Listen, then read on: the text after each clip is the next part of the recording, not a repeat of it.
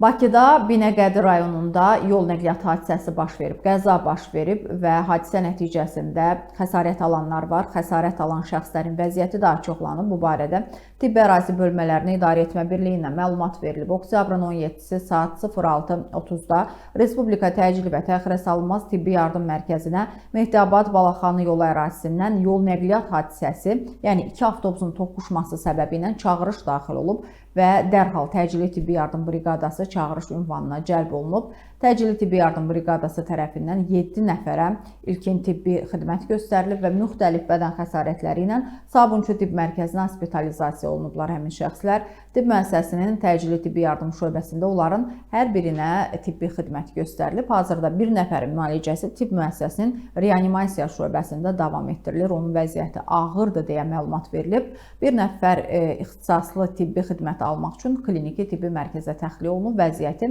qənaətbəxş olan 5 nəfər isə ambulator müalicə üçün evə buraxılıb deyə xəstələrin, yaralıların vəziyyəti haqqında belə məlumat veriblər.